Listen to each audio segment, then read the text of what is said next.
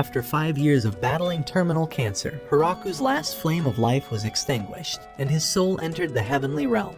Having lived 39 years filled with betrayal and suffering, the god of the world apologized for accidentally giving him such a horrible life. So to make up for his blunder, the god will give him a second life with a healthy body, and promises to grant him any wish. The only thing Hiraku's ever desired was to be reborn as a farmer in a secluded area. Wanting to aid him in his journey, God gave him the most overpowered tool in this universe, the almighty farming tool. With a single tap, his flame burns brightly once more, and Hiraku wakes up in the middle of a forest. As he moves his body for the first time in years, he realizes that this is everything he's ever wished for. And with the almighty farming tool appearing in his hand, he begins using his new body to mend the ground. While cultivating the field, he notices that he never feels tired using the tool. Still, he needed to find a nice area for his farm, so he searched the entire forest until he found a giant tree to call home.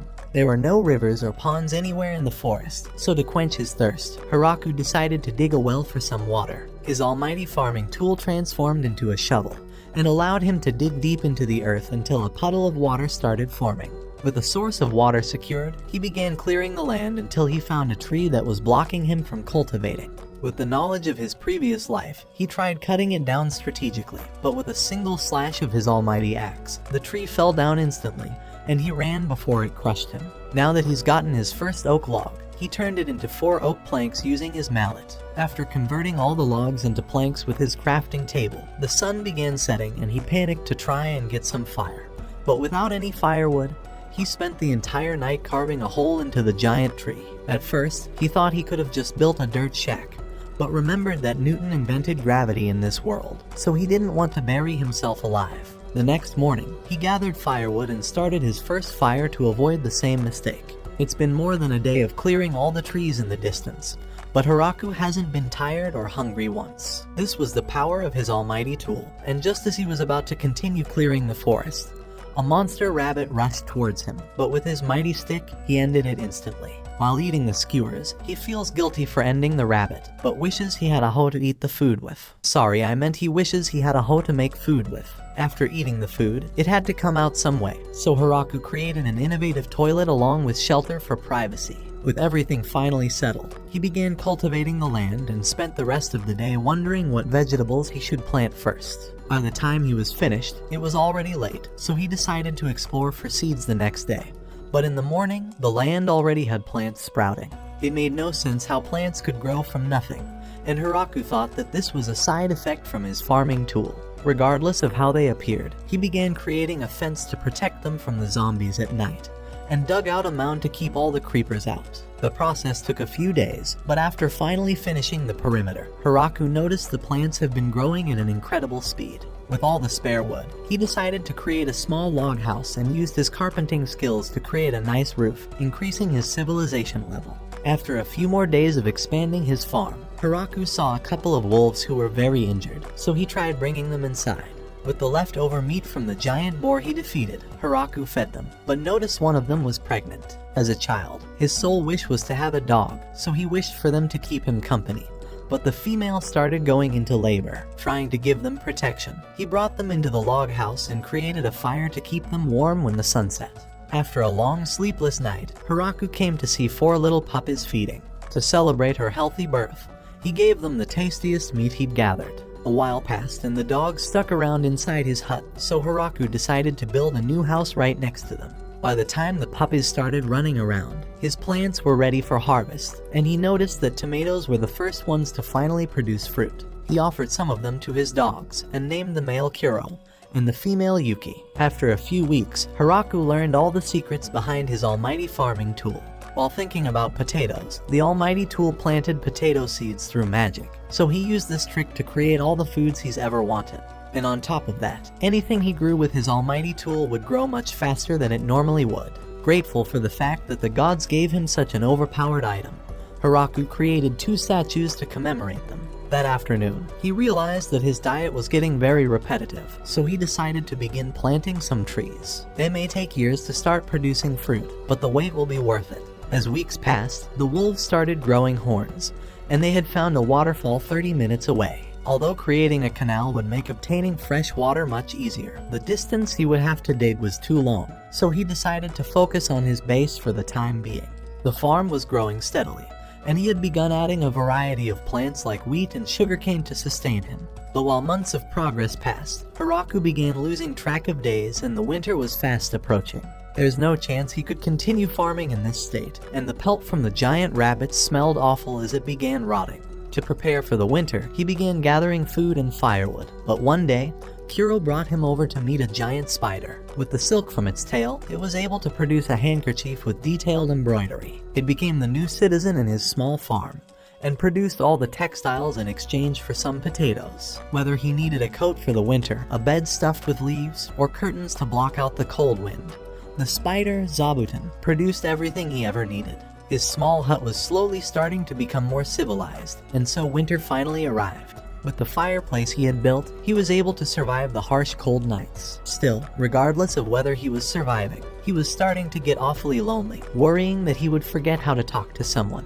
When the long winter passed and spring finally came, the wolf children had grown and decided to leave the nest.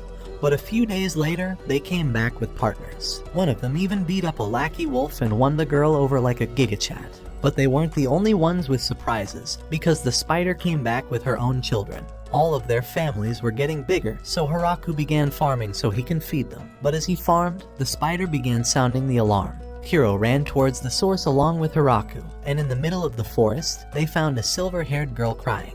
All of the animals were apprehensive and she tried asking him for help, so Hiraku approached her. But as he tried to cover her, he fell for her trap, and the girl jumped towards him to take a bite of his neck, transforming into a plot-filled vampire. The wolves attacked her right away and began destroying her, causing her to transform back into her little form.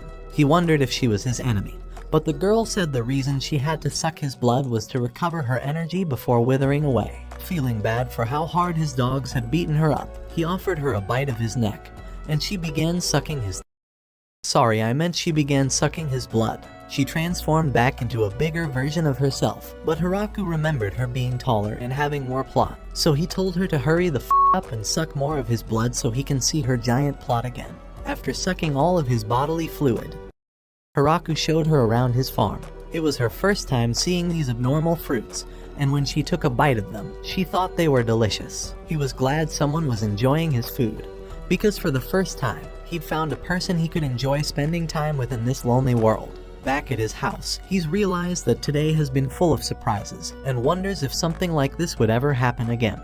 Her name was Lululasi, and she asked him if she can come to visit him in the future. But he had a different request, and asked her if she would stay with him here forever. He doesn't want it to be just a one-night stand because her pussy hit different, and Lu thinks that he's trying to propose to her. He doesn't want to let this chance go away and doesn't care if she's a vampire.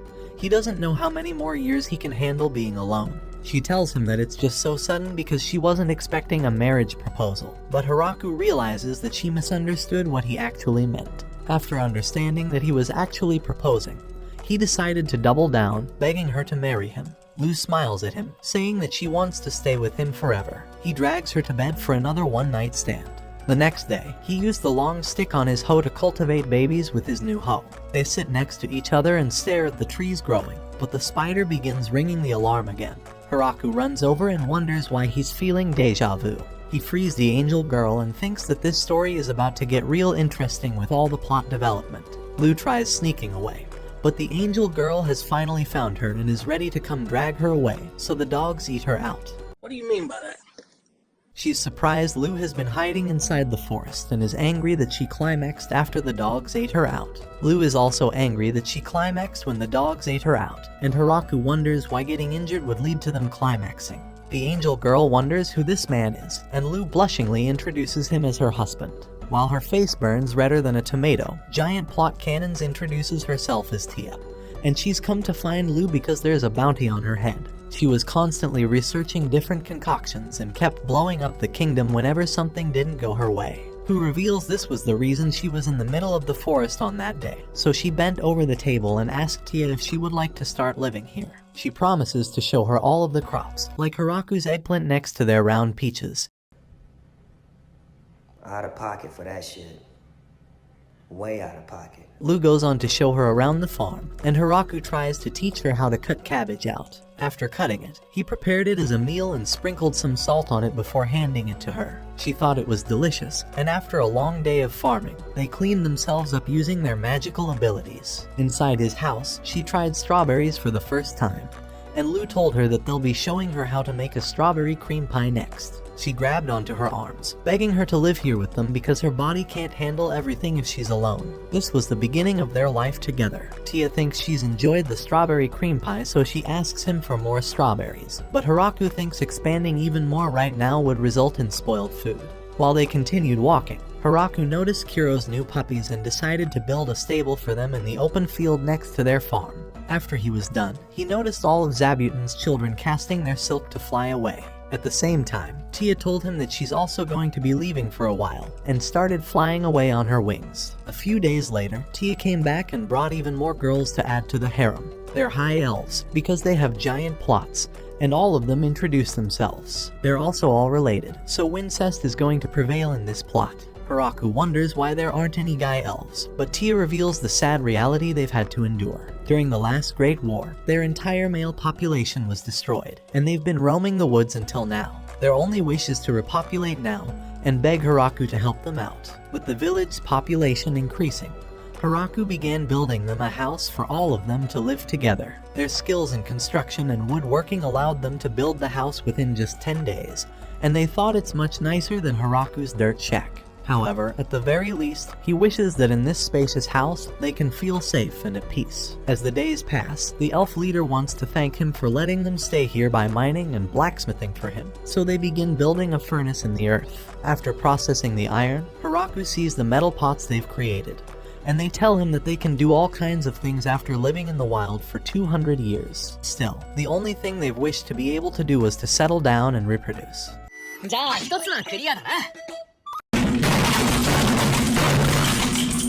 Hiraku thought it would be for the best to avoid having plot development with all the elves, and stayed a typical anime protagonist. While farming one day, the elf girls noticed that he has a giant wheat field, and one of them asked him if she could make some bread, telling him she has the rarest yeast in the lands. Hiraku was excited, so the girls began baking bread and turned it into breadsticks for Hiraku to try out. At the same time, they all wonder if Hiraku's plot is this long and tasty. Now that he's finally able to make some bread, he would like to expand the wheat fields, but he realizes that their expansion is starting to get out of control.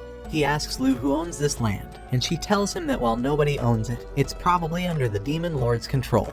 However, since he created all of this land without support, this land belongs to Hiraku. At night, the girls gather and wonder how Hiraku's been able to tame the Inferno Wolves and the Demon Spider. Even these crops shouldn't be able to grow in this soil, and they begin wondering why he has no knowledge about their world. At the same time, Hiraku's realized that he hasn't been building the waterway in a long time, so he decides to make it tomorrow's mission. In the morning, Hiraku sees Zabuton pointing towards a queen bee, and Hiraku decides to build a bee house for them to create honey for him. He spends the entire afternoon preparing a reservoir. They began mass-producing the concrete waterway. The elf girls bent over to make sure that all of them were placed in the correct spot. While they focused on doing the hard things, Hiraku filled all of their holes with his hard hammer. Because of their efficiency, the waterway was finished within a single day, and the reservoir was already filled. This should allow them to water the crops a lot easier, but Hiraku noticed that the reservoir was also getting him fish without doing any work. He thought that even though the rabbits were dangerous in this forest, at least the fish were peaceful. But a giant fish nearly devoured him right then. The girls saw him cooking the fish, and knowing that it was from the Forest of Death, they wondered if it was truly safe to eat. Hiraku finished preparing it and tried giving them some, but they told him that they wanted a different kind of meaty dinner. Hiraku had no idea what type of meat they were talking about, so he began eating it and thought it was delicious. Both of the girls tried it and thought it was delicious, and the rest of the elves wanted some of his meat. Giggity. To satisfy all of them, Hiraku began capturing more fish and preserving them with salt. Wishing to expand their diet, Hiraku tried tilling the ground while thinking about rice, and while it managed to grow, the texture of the rice was off. Since they have an entire waterway built, he decided to begin building a rice paddy with the elves. After mending the ground for hours, Hiraku released all of the girls' floodgates. Sorry, I meant he released the floodgate and asked the elf girls for their help. All of the elf girls started getting wet and Leah didn't like the slimy liquid. Together, they all bent over and planted all of the rice plants. A few days later, all of the plants were ready for harvest, and Hiraku put them up for drying. Leah was impressed that he knew all of this, but Hiraku's grateful that he always watched a farming idol before he died with cancer. Once all the plants were dried up, Hiraku used his farming tool to create a thresher, and showed them how to harvest the rice. The girls saw all the work it took to prepare the rice and wondered if he was finally done. But Hiraku revealed that there's one more step. He prepared to cook the rice and asked Lu to use her magic to light up the fire. So she prepared to release her ultimate blast to burn everything to smithereens. But he told her to calm down, disappointing her. With a small flame, Hiraku cooked the rice until it was finally ready and created it into rice balls for the girls to taste. Lu decided to take a bite. The girls thought it was disgusting and regretted doing all that work this whole time. But Hiraku knew they were lying when all of the rice was gone. He decided to expand the rice farm, and all the girls began cleaning up after they were done. How the f does that even happen? Hiraku sees how they can all clean themselves with magic, and wishes he had a bath to clean up. Since he's finally built a waterway, he decided to build a bath, and showed the girls his blueprints for how he was going to design the plumbing. The girls wondered why they would do all this if they could just swim in the river, but Hiraku reminded them that they would freeze in the winter. Plus, he really wanted a bath for health and totally not to stare at them without any plot armor. The girls began building a furnace to warm the water and created the biggest possible bathtub. Everything was going great, but Hiraku wondered what they would do with all the dirty water. Tia thinks that slimes could take care of purifying the water, but Hiraku wondered if they were the dangerous monsters that destroyed adventurers. Tia has no idea what he's talking about, so she flew away and brought some slime for him. He placed a few of them in the water purification area and inside the bathroom. Just like that, their wastewater problem was solved, so he began grabbing firewood to burn. But one of them had mushrooms growing on it. He'd been weary of mushrooms this entire time since they might be poisonous, but all of the girls thought it was safe and wanted to eat all of them. So Hiraku began preparing some logs for mushroom growth. By sunset, Hiraku had finally completed the bath and tried explaining it to the girls, but they wanted to see a hands-on experience. He removed his plot protection and began showing them how it's done. But the girls started to feel a different kind of liquid dripping, so they all removed their plot armor and decided to join him. Lu told him it's perfectly fine for all of them to do it together, and Hiraku felt the bone of his sword growing sharp and hard. In the following morning, Hiraku saw all of the edible mushrooms that were grown. But the dogs had brought over more elves. Of course they were females, but who's complaining? Leah reveals that they used to live together, and he's glad to have them all join him. Leah suggests they work on expanding his home so they can all have more space, and cheers them on to begin children making. Hiraku didn't know why they were so optimistic. What a f***ing waste. Kuro's noticed that his master's harem has been expanding, and tells us about his story. Before he had a master, he never had a name to go by. Ever since he was born, he'd been roaming alone, and never lost a fight against any other male. His only wish was to continue living freely, but when he met that one female, she destroyed him. After his complete defeat, they began traveling together, but her belly started to grow one day. He wanted to do everything to continue protecting her, but peace wouldn't last, and a giant bear was about to annihilate them. However, after they were gravely injured, the bear walked away. Still, they could no longer hunt for food and accidentally reached the most dangerous place of the forest, the center of it. They saw a human walking around without a care in the world, but Kuro noticed the tool in his hand, and felt the limitless power coming from it. They had already made peace with their lives being over, but he began taking care of them. And Kuro noticed the food was made of a gate boar, impressing him that he was able to defeat such a strong monster. After their children were born, they decided that Hiraku would become their master, and enjoyed all of the food he prepared for them. Before long, their children grew up into a big family, and they noticed how Hiraku's harem was also growing. But he still had a single concern. Their master hasn't discovered that they are the legendary infernal wolves, but Kuro thinks that it's fine anyway. He's grateful that his life has led him to such a great life with him. After a few weeks, the new large house was completed, and Hiraku remembered all the digging and wood cutting it took to prepare this house. Even though he knew it would be this big, he never imagined how nice it would look on the inside. They showed him the nice room they've created for him, and opposite his main room was the large dining room. In the back was the kitchen, and on the sides were even more stoves for big meals. Finally, the cellar was big enough to store a lot of food and firewood for the winter. On the second floor, the girls saw their rooms and were glad they each had individual space for themselves. But Hiraku noticed one of the rooms had a giant bolt locking it. Yes! Yes! Yes! Yes!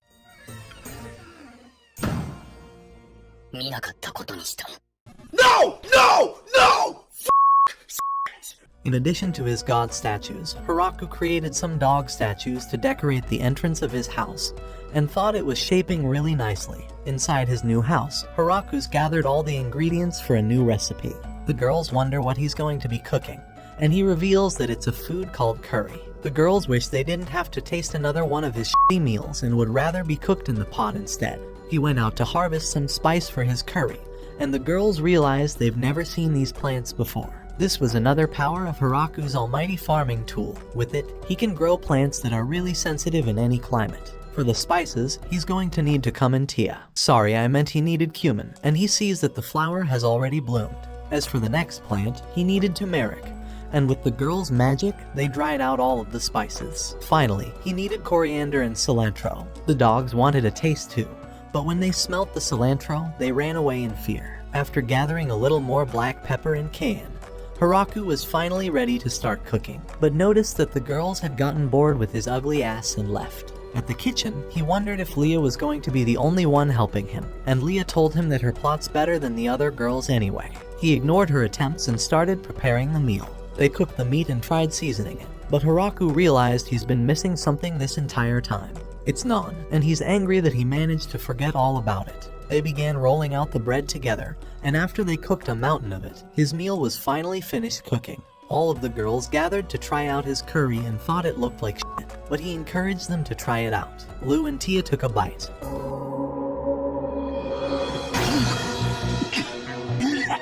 It didn't just look like shit, it even tasted like shit, they told him. But they all ran to get seconds, so Hiraku wondered why all of them ate it until they were full. He wondered if they were just messing with him, but what he didn't know is that they were all pretending to like it because they needed a different kind of meat. The winter was finally drawing near, and since they will be spending most of their time indoors, Hiraku spent weeks gathering as much firewood as possible. When it gets cold, Zabuton hibernates at the top of the tree, so Hiraku handed him some potatoes and got extra blankets for the winter. Leah was bent over as always. He saw the other girls piercing a needle through the hole of his meat. Don't search that up. Hiro and the other dogs won't be able to hunt well, so they're doing all they can to eat Tia's pink meaty flaps out. With all other bases covered for the winter, he wondered how to preserve the vegetables, so he created a box that will be covered with a blanket and will allow for the snow to act as a freezer. Even with all his genius tactics, he wishes he could use magic, if even just once. At night, Lou tries teaching him how to use an ignition spell, and explains that it's natural he can't summon a difficult golem on the first try. Hearing this, he thinks she's amazing for being able to summon multiple golems at once, but Lou tells him that her plot is better than Tia's. Hiraku thinks all of them are amazing for using magic while he can't do anything but gardening. But Lou tells him that he's the most amazing one here. Without him, this entire village would fall apart, and he's able to continue feeding them every single day because of how hard he works. She tells him that he's the only one who could do this and smiles at him. The winter's first frost arrives, and snow began piling up. With all the time they were spending indoors, Hiraku decided to build a few classic games, reversi and chess. He taught them how to play the game, and Lou thought it was too simple to be enjoyable. But Tia told her that those simple rules will allow for complicated challenges. He told Tia that she was right, so Lou grew angry and tried challenging Tia for a game. After 2 hours, Tia was about to be absolutely destroyed, and Hiraku noticed her hands shivering, but she pretended to have her hands slip. She apologized because they were going to have to start all over, but Tia uses her magic to make all of the pieces fall exactly to where they were. She tells her it's embarrassing that she's playing like a child, and Hiraku tries to see how the others are doing. He sees the 2 other girls playing reversi peacefully,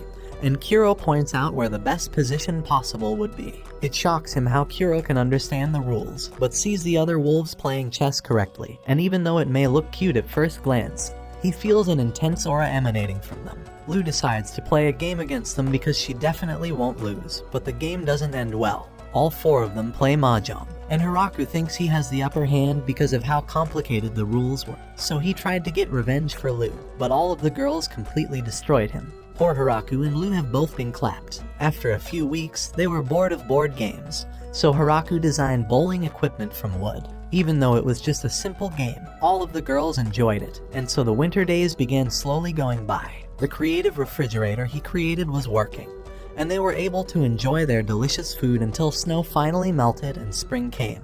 But while he tried enjoying the nice warm temperature, Zabuton sounded the alarm to alert them of a giant monster approaching. Hiraku looked at the sky and noticed a giant dragon flying towards them, but Tia told him that this wasn't a dragon, it's a wyvern. The wyvern roared in the sky and began preparing a fire blow to destroy the tree, but Tia barely managed to fend it off. Some of the fire still landed, and Leah rushed with the others to put it out. Hiraku wondered what he could do in this situation, and wanted to do anything possible to protect everyone. As he clenched his fist, a spear appeared, and he pointed it towards the sky, throwing it with all of his power. The spear clashed against the wyvern's defenses and pierced through them, ripping the wyvern's wings apart. It flew back for Hiraku to send another strike, landing a direct hit onto the wyvern's chest and sending it falling to the ground. Deep inside the forest, Hiraku found the dragon's corpse and wondered if someone had sent it to attack them purposefully. But with wyverns being such a rare and valuable creature, Tia thinks it was just a wild monster acting alone.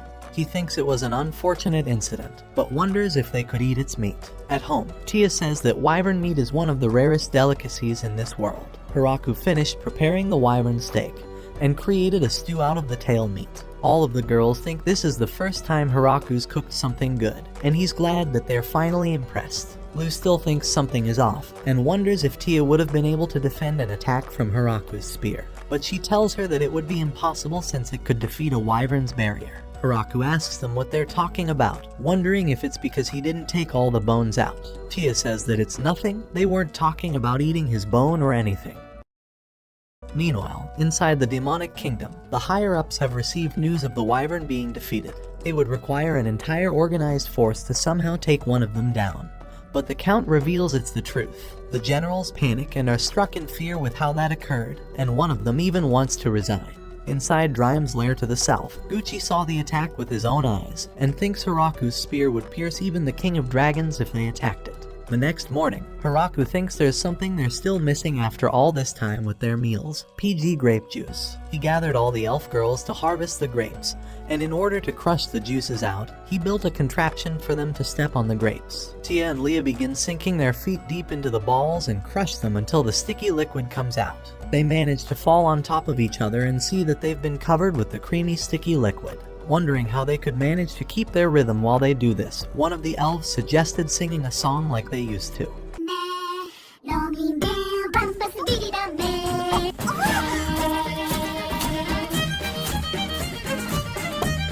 The juices begin coming out, and Tia tells Lu to join in with them along with Hiraku. They spend the entire day juicing out the grapes, and they've left yeast on top of the barrels so that it could begin fermenting.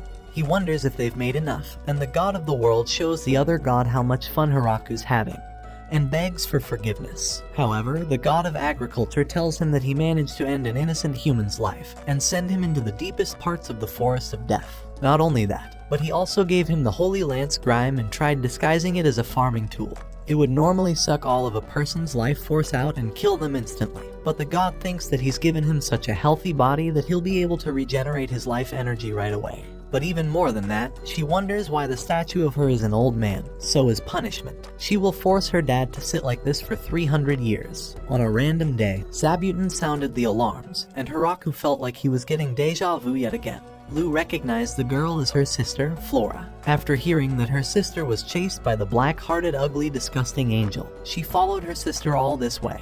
Tia tells her to repeat that once more. Hiraku invites her to stay here, but she's having a hard time believing that this ugly bastard is her sister's husband. Hiro warns her to be respectful, and she tells her that he's the master of all these infernal wolves and even took down a wyvern. This is the first time Hiraku's heard that they were infernal wolves, and wonders what the infernal part means. Hiro goes on to show off his abilities, letting him know he's the best pet. As an apology for having the wolves eat her out like the other girls, Hiraku's prepared her a nice meaty dinner, but she loves the soft white liquidy stuff. He tells her that it's just tofu made with some soy sauce that was made from fermentation.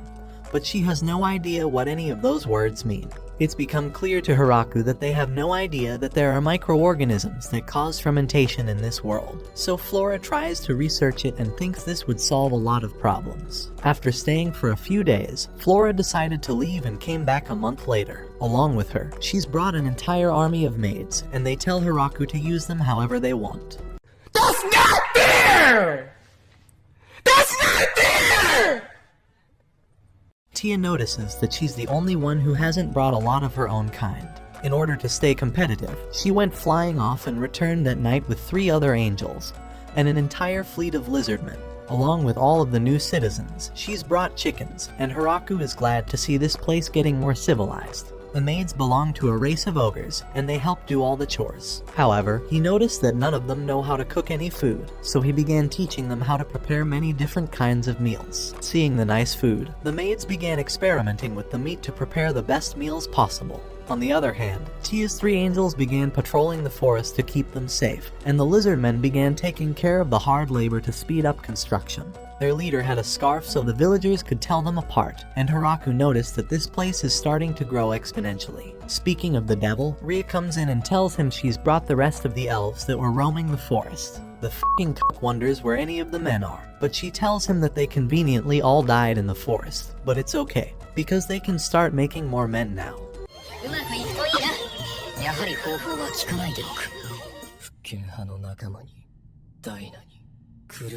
A few days later, Hiraku asked all of the representatives to gather and apologized for calling them all of a sudden. Since this place has been growing and a lot more people are moving, it's starting to become like a village, so he wanted some help coming up with a name. One of the maids suggests naming it after the forest, but with the name Forest of Death, Hiraku thinks it would sound like a ghost town. Zabuton pointed towards the door and Hiraku opened it, seeing the giant tree at the center of it. It was then that he named this village the Great Tree Village. That night, all of the citizens celebrated naming their village, and hosted a party and opened the first barrel of... All of the girls chanted the word mayor, and Lou told him that he's the only one for this job. This night was the beginning of their new life as citizens of the Great Tree Village, and all of them enjoyed it by drinking the PG grape juice. Tia was wasted and begged him to sit next to her. She asked him why he was sitting alone, but he told her he was so happy that it felt like a dream. But it's not a dream, Tia told him, and they're going to live together like this their entire life. She tells him to raise a toast to their new village, and Lou wants a toast too. Hiraku wonders how many years it's been since he's found happiness, and thinks he's going to give it a shot as mayor. By the time summer arrived, the number of residents had increased once again. Eventually, a representative from the demonic kingdom appeared and introduced himself as Beezle, offering Hiraku a bottle along with a message from the demon lord. He wanted to discuss the status of the settlement here, so Hiraku wondered if they were trying to get him to pay taxes or kick him out. He wondered if he should ask Lou or Tia for advice, but Lou winked at him to handle it on his own. Hiraku built up courage and informed the messenger that he will gladly pay taxes, saying that he will be paying only 10%. Hearing those words shocks Beezle, and Hiraku wonders if he messed up, but Beezle accepts his conditions. As he drafted their agreement on a piece of paper, the business magnate purposefully made it so he only pays taxes on crops. But still, he was worried he was too aggressive with negotiations, so he sent Beezle home with a gift. He wonders if he handled everything well, and Lou thinks he did an incredible job, because now they will have protection under the Demon Lord's army. Tia agrees, but thinks that 10% is too low, as settlements usually pay 50 to 60% in taxes. And since they're only coming once a year to collect taxes, they can lie about how much they produce, so Hiraku just created a miracle of a deal. Inside the Demon Lord's castle, the generals are shocked that the Great Tree Village submitted so easily, but are suspicious that they might be having an ulterior motive. Beezle acknowledges that possibility, but he had no choice since the Angel of Annihilation, along with the Princess Vampire, were standing right next to the mayor. But that's not all. There was an army of high elves and a pack of inferno wolves, and even the trio of killer angels patrolling the village. Beezle shakes in fear, knowing that he could never refuse their hard negotiations. He investigates their gift and sees the apples inside, so one of them tries to check if they're poisoned. But Beezle notices another oddity in their gift. The cloth is made from a great demon spider, a monster so powerful that it drove the previous demon lords to a standstill. Randon decides he's had enough and quits. The next morning, the ruler of all dragons, Drime, introduces himself to Hiraku and has come with his count to present them with a gift. Hiraku sees the expensive sword inside, but thinks that it looks kind of violent. Regardless, he thanks the man and asks him what brought them here today. The man explains that Drime's lair is directly south of their village, so they consider them to be neighbors and have come here to offer a formal greeting.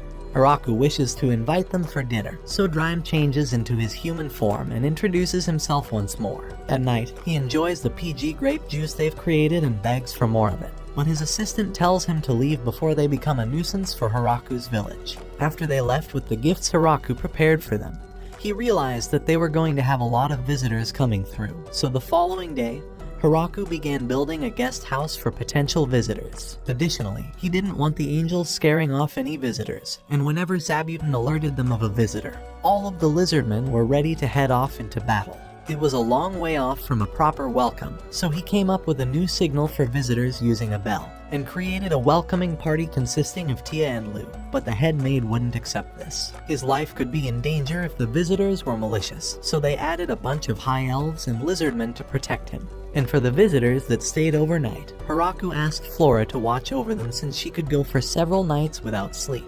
As soon as all the preparations were ready, a new group of visitors had arrived from the Howling Village. They wanted to establish trade relations, so Lu decided to take care of this and welcome them to their village. She asked them if this was their entire group, and their leader claimed that it was all of them. After hearing that, Lu told him that she will be treating the others as enemies, and the men straggling in the forest began screaming.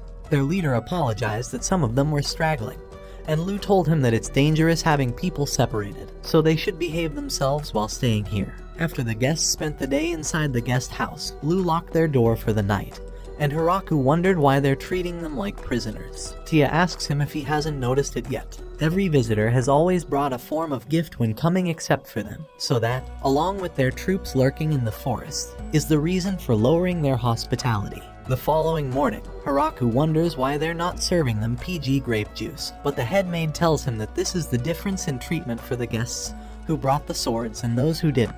He wishes they could at least give them more food, but the maid gives him a cold glare. While they ate, Tia and Lu tell him to cast off his sympathy because these people claim to have came here on important negotiations, but they've yet to discuss anything. Even then, everyone was against offering them any wine, but Hiraku still forced them to put wine on the table. While trying to start a conversation with them, Hiraku discovered that they were from a village that made its living from hunting or mining, so naturally, they needed to trade with their neighbors. But with the recent conflict that's prevented them from trading, they've come to the Great Tree Village to open trade negotiations. One of them is glad that they stopped hiding because they wouldn't have been able to enjoy this meal, and Tia slyly asks him why they were hiding. The man tells her that if anything bad were to happen, someone needed to run back and tell the rest of their village. After seeing how she skillfully extracted information out of that man, Hiraku wanted to extract milk out of her plot. Eventually, the leader began negotiating their trade agreement. With neither of them having any currency, they want to be able to trade physical goods. However, since their village is quite a distance away,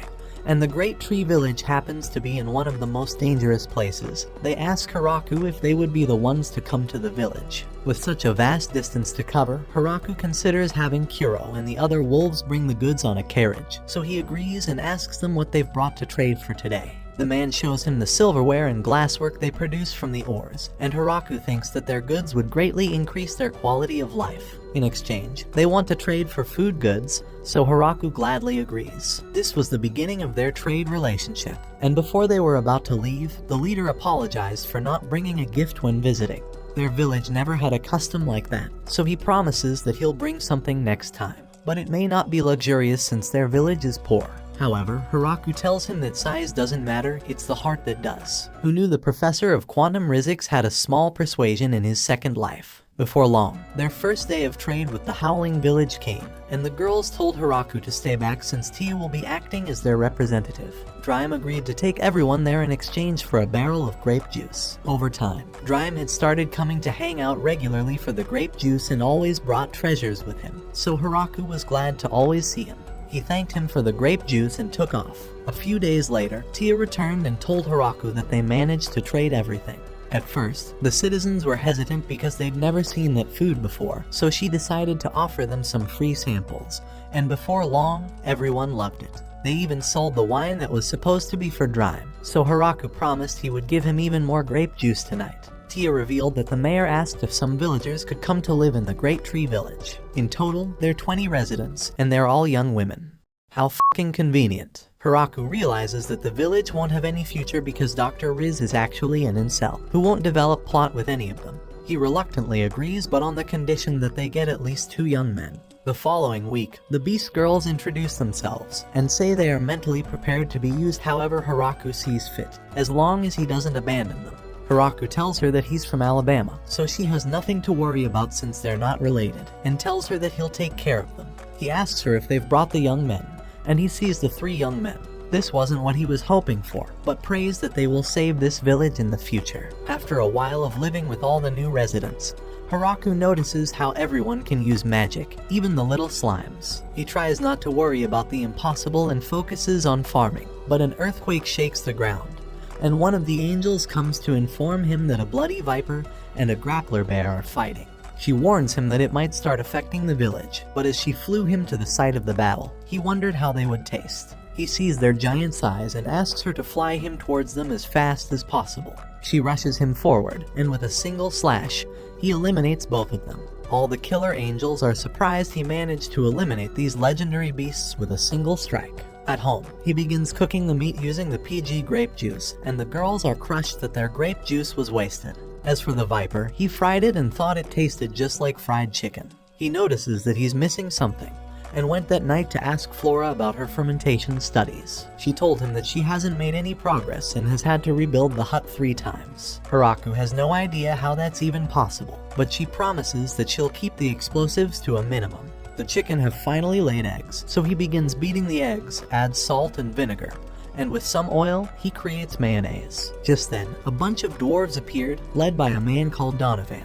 They've heard about the PG grape juice and apologize because they don't have money, but have the technology necessary to create the best tasting Russian drinks. Using distillation, he gives Hiraku a new form of smoothie, and Hiraku thinks this shit is stronger than how hard his dad used to beat him. Donovan's party ended up staying in the village to create more PG smoothies, and so Hiraku held a party to welcome the beast women and the dwarves that joined their village. Drime is back at it again drinking, and Lou is glad that he's single-handedly making their village rich. His assistant ties him up and drags him away, and the dwarf thanks him for taking them in.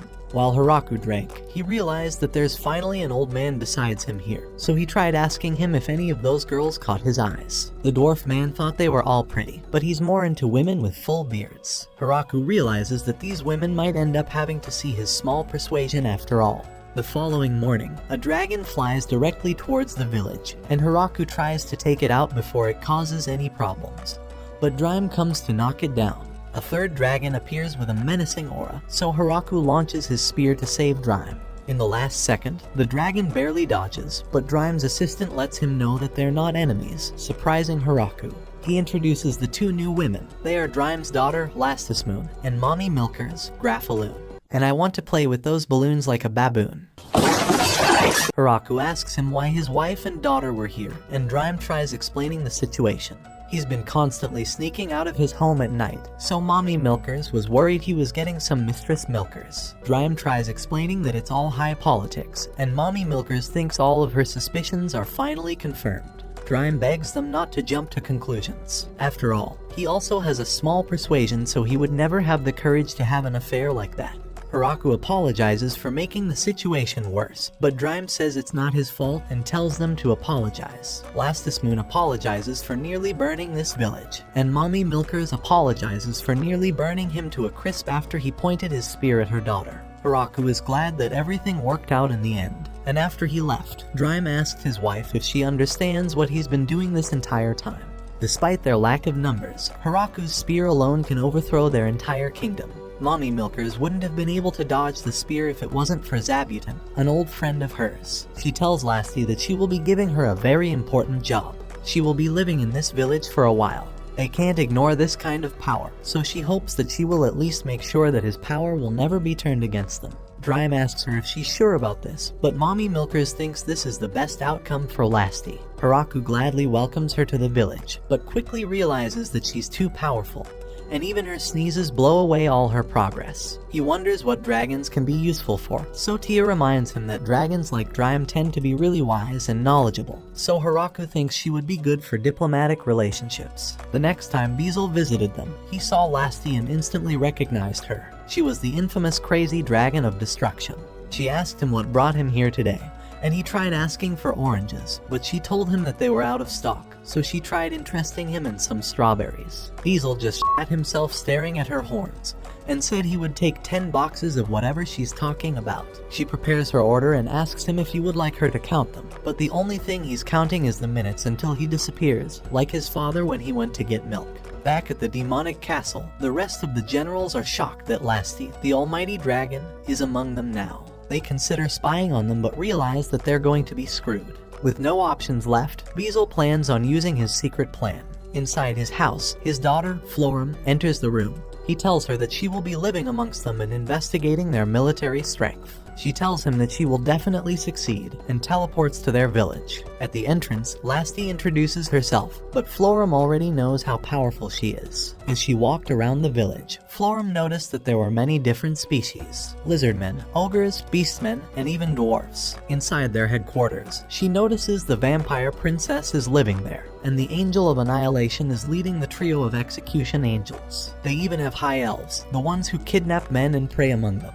With them around, there's already almost no chance of their military winning. However, after seeing the Inferno wolves and demon spiders packed together, all of the confidence has left her body. Using the chart she's developed, the mayor is the only one left, and he must be more powerful than all of them. She wonders just how powerful this man could be, but sees Hiraku walking by and wonders why such a weak person lives in this village. He asks her if she's lost, but she tells him that she doesn't need a weak human worrying about her. Back at the village, Lasti tells her that she just met the mayor. He may be a human, but he can defeat her mother. Florum is shocked because she was extremely rude to him. As days passed with her living amongst them, Hiraku noticed that she was getting closer to Lasti, but wondered why she was so awkward around him. One day, the slimes began multiplying in number, and eventually one of them began devouring all of their grape juice. All the girls were ready to execute the slime, and they began the first trial and found it to be guilty. Hiraku felt bad for the slime, so he tried letting it off and it began popping up during their feasts. After all, one cute slime shouldn't be a problem.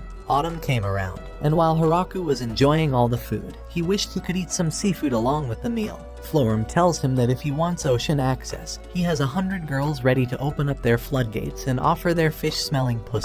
Sorry, I meant if he wanted ocean access, he can travel to the port south of the village to trade for ocean products. Lasti offers to fly there, and the rest of the girls accompany her. They take off, and Hiraku was glad there were people who were enjoying his food this much. 3 days later, a merchant from the ocean city came back with Lasti and showed them all the fish products he has to offer. Along with the fish, he came here to accomplish 3 main goals. The first was to properly greet the mayor of this village, the second was to begin trade negotiations, and the third was to become the official trade ambassador for this village. With his years of experience, he can help the Great Tree Village multiply their profits by several times over, so the girls decide to look at his proposition. After a long day of negotiation, the merchant was ready to leave and was excited to discuss grape juice trade next time. But Lasti wasn't about to let that happen. Hiraku thinks it's great that there's going to be a professional handling their trades, and Lu thinks it's great that they'll be getting more value now. While traveling home, the merchant took a look at the Great Tree Village.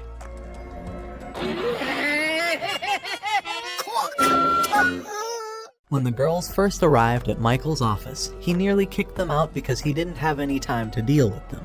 But his merchant intuition gave him a strange feeling that he can't ignore this. He saw Florum was among one of the girls, and knew his head would have went rolling if he ignored her. He wonders who the other girl was, and she introduces herself as Lastus Moon, the crazy dragon. With the two of them being as prominent and as dangerous as they are, the risks might be outweighing the benefits of trading with them.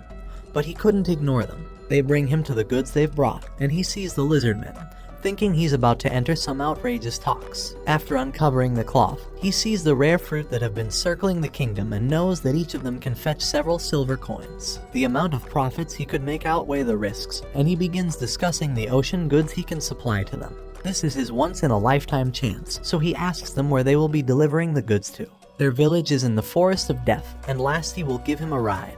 He contemplates whether his life is worth the money, and along the way, He meets the 3 great dragons and the angels of annihilation along with her army. At least the mayor looked normal, he thought. But the vampire princess showed herself, and when Lasty screamed at him for wanting the grape juice, he lost every shred of confidence he had left. While he managed to survive and make the greatest deal of his life, his old body can no longer handle this. At night, Hiraku prepares the new seafood that he's collected and gives it to all the girls. The following morning, another dragon appeared, and he wondered what this dragon was doing. It launched a fireball deep into the forest, signaling that it wanted to fight Hiraku. He prepared his spear and missed his throw, but it was all a trap to trick the dragon in order to defeat it.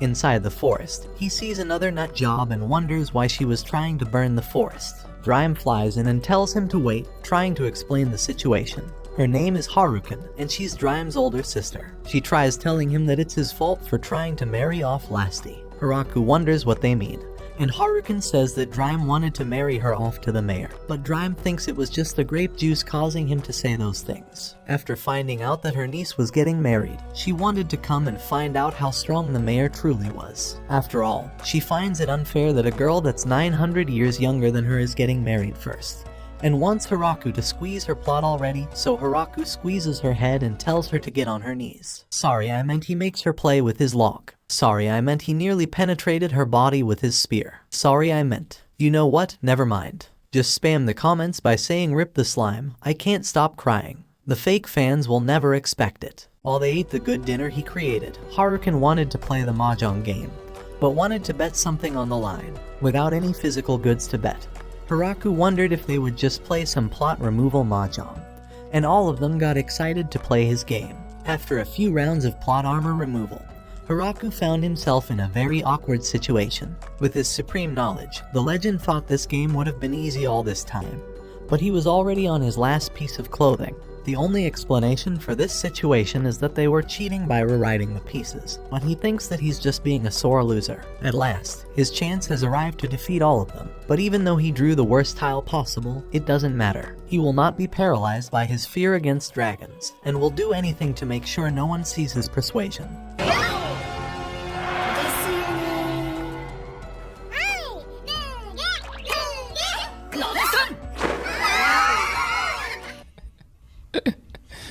Sensational. Beezle informs the rest of the generals that the ancient dragon Hakuren has also gathered at the Great Tree Village. The demon lord sighs and asks Beezle an important question. He asks him what he should do about his daughter who's been in a bad mood all day. The general thinks he needs to mobilize the army immediately, but Randon's already put in his 2 weeks' notice. After attacking the Great Tree Village, Hakuren became a teacher. She was very skilled at everything she did, but complained about doing every little thing. Because of her laziness, Hiraku began forcing her to dig holes and filling them back in. And after boring her to death, she decided that becoming a teacher was the only thing that she could do.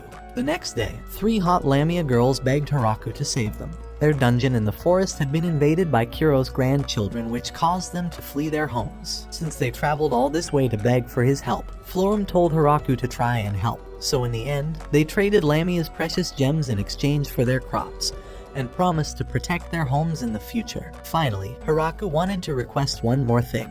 Being the beta simp he is, he asked them to put on plot armor if they were to ever visit. With their great strength, they began carrying trading goods in exchange for Hiraku's seed. Sorry, I meant crops because they grow from seeds. Back at the demonic castle, 3 girls gathered underneath the demon lord's daughter and begged her to save Florum from the Great Tree Village. At her office, Beezle teleported to meet with his daughter and asked her if she's been doing well. She tells him to get to the point because she doesn't have any time, and he reveals that the princess has been gathering troops to invade the Great Tree Village. They had begun distrusting her reports, believing that no village could be this powerful. Even the demon lord wouldn't dare stop his daughter, and their day of invasion will be tomorrow. They will be gathering 300 troops, so he was hoping she could find a way to scare them off before they even attacked the village. Florum considers who they could use to scare them, because if they were going to just use Lasty and Hakuren, they would end up just destroying the entire kingdom. But she thinks she has an idea. The next morning, a giant explosion destroys trees in the forest, and the soldiers beg the girls to have mercy on them. They're surprised they're going to be getting 10 boxes of apples for barely doing anything. At the village, Florum introduces the 3 girls from the Demon Kingdom, saying that they want to work to death, but then corrects herself and says they're here to work like their lives depend on it. He wonders why they seem like they've given up on all will to live, but Florum reassures him that they're just emo. Their leader introduces herself as Yuri, and Florum explains that there's no need to treat her with care, and to just use her however he wants to. But he's had enough of girls wanting to be used however they want, so he lets Florum show them around. After he leaves, she tells the girls that she will forgive their transgressions if they begin working hard and keep their identities secret. This means that Yuri will no longer be given special treatment, and she thinks she'll be fine with this new life. After showing them around the village, the girls enjoy dinner, glad that they no longer have to worry about politics in this village. Hiraku's glad to see that they've acclimated so quickly, and Lou comes to see the new girls. But he notices that Lou's size hasn't been changing. She's noticed that her transformation magic hasn't been working all day, but thinks it must be that she's sick. After playing with the Beast Kids for weeks, Yuri had to leave the village before her father got concerned, so she bid the other girls farewell before leaving. Inside the castle, the Demon Lord confronts Beazle and tells him that his daughter has been different ever since she came from the village. She hasn't been useless, and has been constantly busy ever since she returned. Beazle tells him that she's likely taking interest in diplomacy and politics.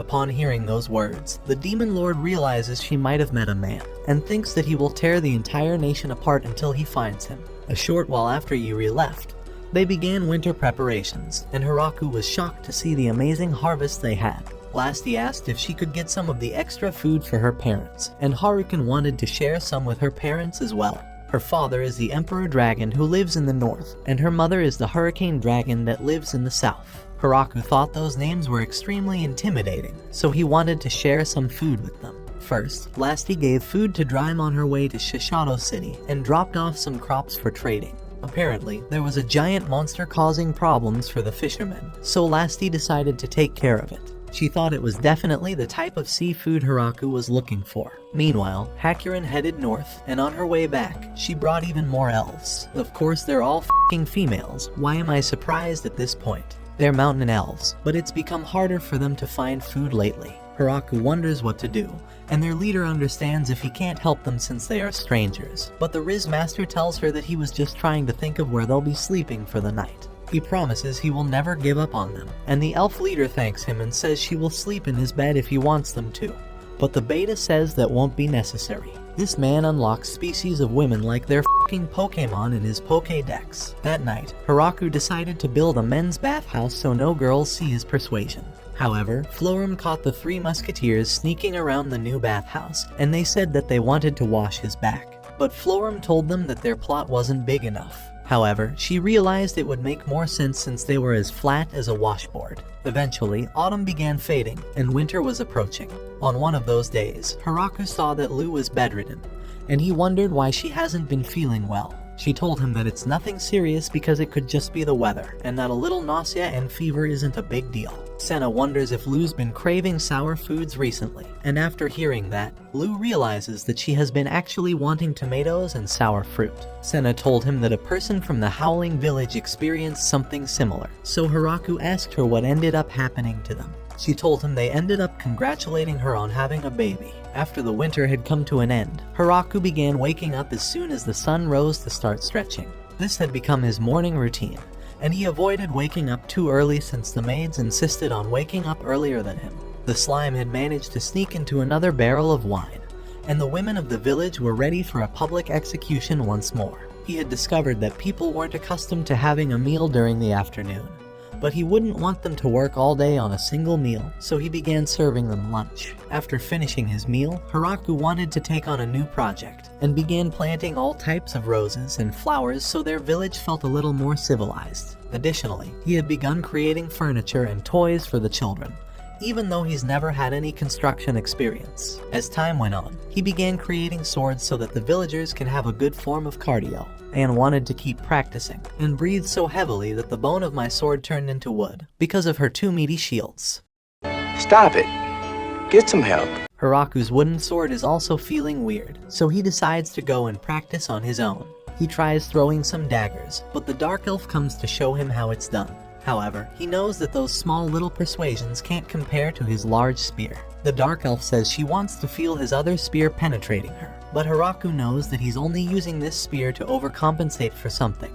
After a long day of farming, he bathed alone and tried relaxing at night, but always feels a presence looming over him. All of the girls were spying on him like it's mission impossible, but the only thing he finds impossible is losing his virginity. He screams for help to uncover their locations, and while he's glad that he has people watching over him, he will make sure to seal up those hidden doors tomorrow. The following morning, Senna came to tell him there's a strange man in their village. Next to the great tree, he sees a man bent over and wonders how he was able to make it past all of the angels and even Zabuton. Lu sees the man and recognizes him as the progenitor. Inside their guest house, he congratulates her on having a natural baby, as it's one of the rarest occurrences for vampires in this world. Hiraku thinks this is all great, but still doesn't understand why he was ready to be speared earlier, so the progenitor claims he was drawn by the statues. He's one of the only beings who has lived for over 4,000 years, and remembers meeting God just before he was born, but can't remember his exact appearance since he continues erasing his memories to live long.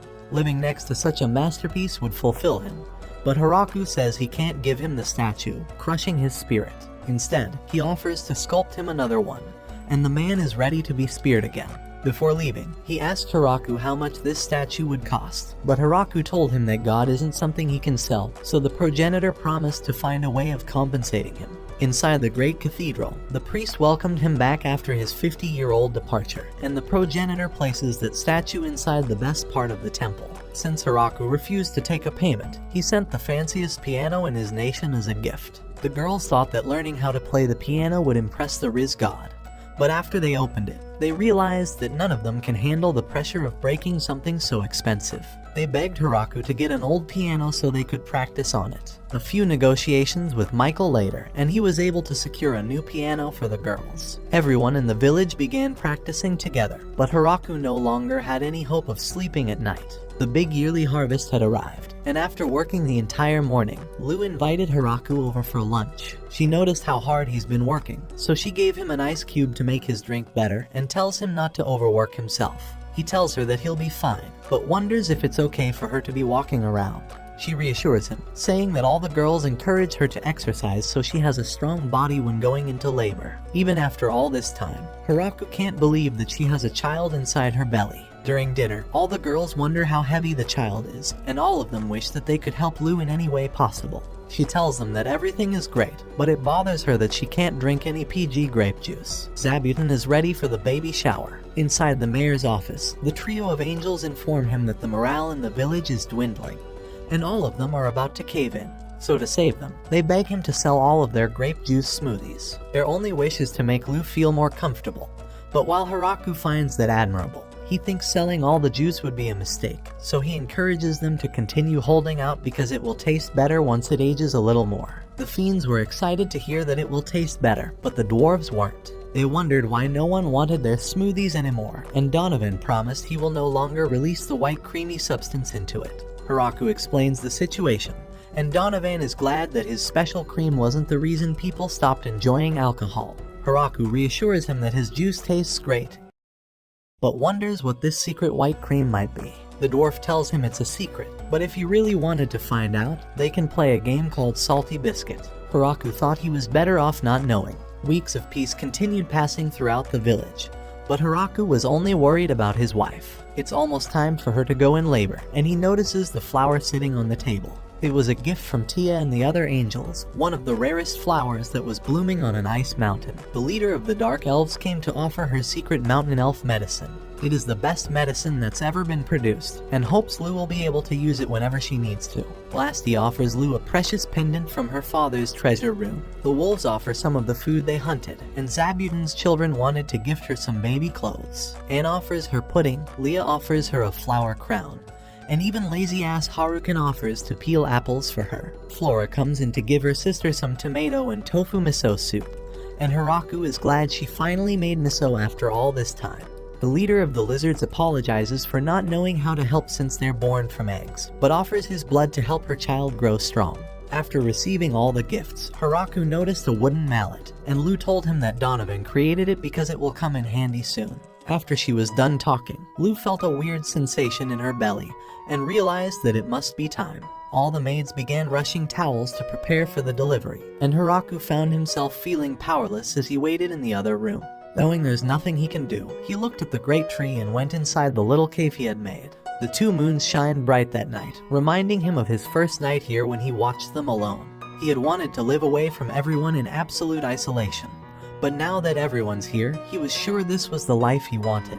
Time passed by like a blur, and he felt like he had no memories of what happened after that night. He walked in a haze towards Lu, and laid eyes on her child. She told him to come and hold him, so Hiraku tried to carefully grab him to his chest. As he held him and saw his smile, it all became real to him. He had truly become a father. Back in his original world, he was suffering from an illness, so his only hope is that his son will never experience that pain.